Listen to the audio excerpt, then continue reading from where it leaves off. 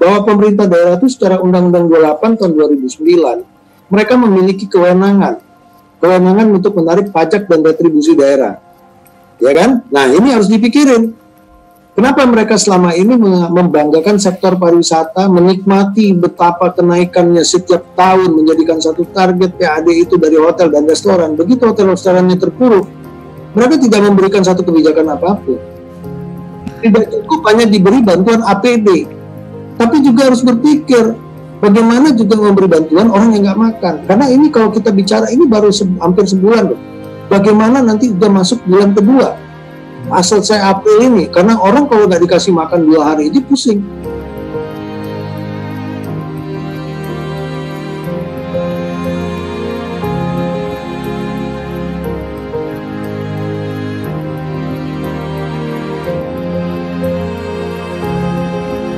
Kali ini masih bareng Pak Alan Maulana Yusran, yaitu Ketua PHRI Sumatera Barat, dan masih bersama kita di sini tentunya. Pengen ngebahas yang lagi hangat-hangat banget, yaitu pandemi corona, dan banyak sektor yang terkena dampak dari situ adalah, salah satunya adalah sektor pariwisata, tak terkecuali hotel dan restoran. Nah, Pak Maulana, sejauh ini Pak, di Sumatera Barat sendiri bagaimana sih dampak dari corona ini terhadap sektor perhotelan dan restoran sendiri, Pak? Pertama, saya jelaskan dari mulai segmen dulu ya, bahwa Sumatera Barat itu sebenarnya target konsumennya itu banyak dari pergerakan wisatawan domestik. Ya kan, dari wisatawan domestik itu kita bagi lagi bahwa itu ada 2 bagian, satu namanya perjalanan bisnis, yang kedua perjalanan wisata. Nah, kalau perjalanan bisnis ini yang selalu mengisi okupansi hotel itu dari bulan Januari sampai Desember. Biasa peaknya startnya dari bulan Maret, ya kan, Januari, Februari, Maret itu, Januari, Februari, Maret itu sampai Maret pertengahan itu biasanya masih dikategorikan low season. Nah, dari Maret pertengahan sampai Desember itu menjadi high seasonnya, karena program pemerintah, karena saya ke bisnis trip itu didominasi semua yang dibiayai oleh APBN dan APBD, berarti kan kegiatan pemerintah, baik meeting, ya kan, baik itu perjalanan dinas segala macam. Kemudian kalau dari sisi wisata, leisure itu yang paling besar itu ada 3 itu momentumnya adalah pertama Lebaran, yang kedua adalah libur sekolah, yang ketiga adalah Natal dan Tahun Baru, itu jadiin satu. Nah, kenapa begitu? Karena memang Sumatera Barat itu memiliki destinasi yang alamnya yang cukup bagus ya. Kemudian belum lagi kuliner dan tradisi budayanya.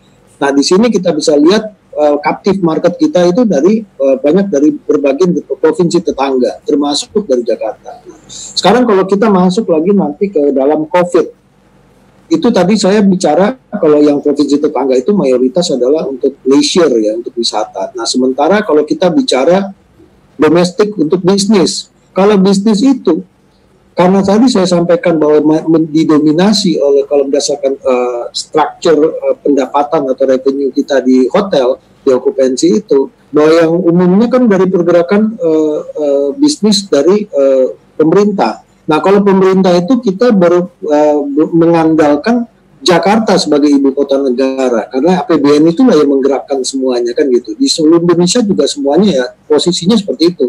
Bisnis itu yang bergerak paling besar itu adalah kegiatan pemerintah. Nah, sekarang kalau Jakartanya sendiri sudah kena, pemerintah pusatnya sudah kena, otomatis ke daerah pasti kena imbasnya. Contoh Sumatera Barat, begitu DKI Jakarta dinyatakan bahwa kena pandemi corona, menjadi sentralnya dan angkanya cukup lumayan besar, di situ dikeluarkan satu kebijakan bahwa kegiatan-kegiatan pemerintah pusat itu diupayakan untuk tidak bergerak ke daerah lagi, ya kan, tidak bergerak ke daerah dan diupayakan untuk semaksimal mungkin tidak melakukan perjalanan. Begitu keluar surat seperti ini, tentu cancellation terjadi, termasuk Sumatera Barat. Itulah awal mulanya terjadinya jatuhnya okupansi dan banyaknya cancellation yang ada di Sumatera Barat. Itu dialamin juga termasuk dari dunia penerbangan udah pastinya. Kita melihat startnya dari gerbang itu dari bandara internasional, kemudian masuk ke hotel. Kemudian ditambah lagi dengan adanya ditemukan virus corona di Sumatera Barat dan pemerintah daerah itu sendiri juga melakukan pembatasan-pembatasan. Nah, inilah yang menjadikan okupansi hotel itu menjadi single digit. Single digit itu di bawah 10% dan berdampak kepada banyaknya hotel yang tutup. Kenapa hotelnya tutup? Karena kita tetap beroperasi pun itu pendapatan kita tidak bisa menutupi dari biaya operasional, ya kan? Nah, tutup pun bukan berarti kita menghindar dari biaya operasional. Tetap aja biaya operasional harus ada seperti listrik, gas, belum lagi nanti kita membiayai BPJS kesehatannya daripada karyawan yang kita rumahkan, kan gitu. Nah, inilah yang jadi masalah mulai terjun bebasnya okupansi dan terpuruknya dunia pariwisata di situ dari sektor hotel dan restoran. Nah, sayangnya pemerintah daerah sendiri tidak berpikir di sini, bahwa berpikirnya itu cuma baru dari sisi kesehatan, tapi dampak sosial ekonomi tidak dipikirkan. Mereka mungkin masih berpikir bahwa pengusaha itu memiliki kemampuan untuk bertahan yang cukup lama, tapi mereka tidak paham bahwa bicara pandemik itu tidak sama dengan bicara bencana seperti gempa, bencana alam, ya kan, seperti tsunami, kejadian tsunami. Market kita tidak tertutup pada saat itu. Kalau sekarang kita benar-benar ditutup oleh dengan sendirinya oleh pusat, karena di pusat itu lagi ada masalah di ibu kota negaranya. Kemudian kita sendiri juga menutupi itu. Nah, ini yang jadi masalah, kan gitu. Nah, kemudian di sini yang dipikirkan oleh pemerintah itu tidak dilihat dari dampak sosial. Pengusaha itu bisa bertahan kalau misalnya ini bukan menjadi bencana nasional. Kita sudah melihat kemarin ada Kepres 4 tahun 2020 yang juga mengatakan bahwa ini menjadi bencana nasional. Nah, para pengusaha ini bagaimana dia mau bertahan dalam 1 bulan itu biayanya kan cukup tinggi. Pertama adalah masalah ketenaga kerjaan. Ketenaga kerjaan kalau dilihat komponen utama adalah masalah gaji karyawan. Kemudian yang kedua, karyawan itu memiliki benefit. Benefit itu adalah yang merupakan BPJS kesehatan dan ketenaga kerjaannya. Perusahaan wajib membayarkan ini, kan gitu. Nah, itu 2 komponen tuh untuk masalah tenaga kerja. Kemudian ditambah utilitas. Utilitas itu ada PLN. PLN ini kita walaupun kita memakainya sedikit, kita kena biaya seperti abodemen, ada minimum jam hidup. Ya kan, minimum jam hidup itu membuat kita walaupun kita kamar kita cuma 5 kamar pada saat itu, kita bayarnya seolah-olah seperti 20 kamar. Ini yang terjadi gitu loh. Jadi tidak ada suatu relaksasi apapun daripada PLN untuk memberikan keringanan kepada sektor kami. Karena padahal yang kita minta cuma hilangkan abodemennya. Sehingga kita bayar apa yang kita pakai, kan gitu. Termasuk gas juga seperti itu. Itu yang kita harapkan. Kemudian kalau di pemerintah pusat kita juga berharap tolong masalah BPJS ini selama ini perusahaan berkontribusi untuk menghidupkan namanya BPJS kepada karyawannya dan untuk mensubsidi masyarakat yang lain. Dengan kondisi seperti ini kan seperti ayam atau telur, seharusnya ayamnya diselamatkan, jangan, kalau enggak nanti telurnya dia nggak ada telurnya lagi nanti setelah recovery, kan gitu ya. Itu yang paling utama yang harus kita lihat. Nah, jadi seharusnya pada saat seperti ini pemerintah memberikan relaksasi, membebaskan iurannya dulu, sehingga perusahaan itu yang tadi saya bilang bahwa dia walaupun tutup atau dia buka, dia harus bayar biaya utilitas. Mana yang dipokokin? Apakah utilitas dulu atau karyawan dulu?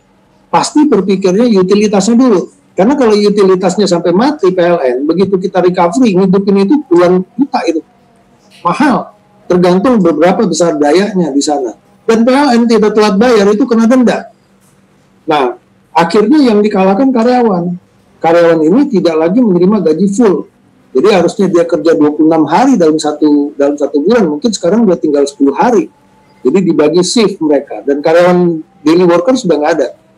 Nah, kemudian ada juga yang sudah menutup dan dia kena unpaid leave.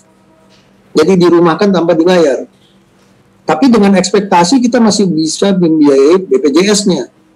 Nah, terbayang nggak ini bagaimana beratnya beban daripada si pengusaha. Jadi kalau pemerintah masih berpikir, saya mendengar seolah-olah kita itu masih ada rumahnya karyawan, jadi masih tanggung jawab karyawan pengusaha lah. Seolah pengusaha ini semuanya kuat, padahal mereka paham bahwa di Sumatera Barat itu kita tuh memiliki 75%, 80% itu sektornya UMKM. Berapa kekuatan UMKM itu? Dan itu bicara pandemik itu bukan bicara 1 bulan, kita bicara 4 bulan. 4 bulan itu yang bicara pemerintah nasional loh. Mesti diingat, itu dalam koridor optimis. Bagaimana yang nasib kita dengan di daerah? Itu pertanyaan dengan kelemahan yang banyak, bahwa daerah mungkin lebih baik orang tidak traveling ke Sumatera Barat. Kenapa begitu? Kalau traveling ke Sumatera Barat, begitu pandemiknya besar, saya bukan nakut-nakutin, begitu besar, fasilitasnya tidak sama dengan di DKI Jakarta. Ini yang terjadi. Bagaimana? Ini yang harus dipikirkan gitu loh. Nah, kita spot untuk masalah seperti ini, tapi pemerintah juga secara undang-undang kan mempunyai tanggung jawab terhadap dampak sosial. Bahwa begitu dia melockdown atau melakukan isolasi atau karantina wilayah, mereka harus bertanggung jawab terhadap masyarakatnya. Nggak bisa dibiarkan. Kalau dibiarkan nanti dampaknya apa? Orang lapar kan tambah penyakit. Ya kan? Nah ini yang harus dipikirkan juga oleh pemerintah daerah dalam mengambil satu kebijakan. Saya sudah selalu mengingatkan kepada pemerintah provinsi, pemerintah kabupaten kota, itu tolong dipikirkan juga. Jadi jangan hanya berpikir masalah pandemiknya saja, kita harus berpikir secara luas. Kalau mereka ada yang hak yang mereka yang harus menuntut secara pusat, mereka harus tuntut. Tapi tidak bisa ada pembiaran mereka cuma berpikir satu sisi, itu nggak bisa. Khususnya terhadap kebijakan yang dibawa, yang harusnya mereka bisa ambil kebijakan. Contohnya, bahwa pemerintah daerah itu secara Undang-Undang 28 tahun 2009, mereka memiliki kewenangan untuk menarik pajak dan retribusi daerah. Ya kan? Nah, ini harus dipikirin. Kenapa mereka selama ini membanggakan sektor pariwisata, menikmati betapa kenaikannya setiap tahun, menjadikan satu target PAD itu dari hotel dan restoran. Begitu hotel restorannya terpuruk, mereka tidak memberikan satu kebijakan apapun. Apa kebijakan yang kami harapkan? Yang mereka berikan pajak hotel dan restoran. Saya bilang, kalau pajak hotel restoran itu sama juga dengan enggak. Kenapa? Pajak hotel restoran itu kita wajib pungut. Kalau tamunya nggak ada, kita juga nggak pungut, gitu. Betul. Jadi buat apa kasih itu, gitu loh. Sekarang kenapa nggak dikasih misalnya PBB? PBB itu kan cukup besar. Dan itu berpengaruh kepada seluruh masyarakat. Bebaskanlah PBB ini. Diutangin lah istilahnya. Nanti bayar tahun depan lah. Nanti setelah pandemiknya selesai, mereka boleh cicil. Kan itu mendapatkan relaksasi namanya. Pajak penerangan jalan selama ini semua masyarakat membayar, tapi dalam kondisi ini tolong didiskon lah. Pajak reklame kita boleh cicil lah. Pajak air tanah atau PDAM-nya seperti apa, semua yang menjadi domain pemerintah daerah. Jadi pemerintah daerah jangan cengeng juga, semuanya itu bergantung kepada pemerintah pusat, nggak bisa seperti itu dong. Jadi semua kayak kartu prakerja itu urusan nasional, nggak perlu diurusin sama pemerintah daerah. Pemerintah daerah itu cuma membantu mengkoordinasikan.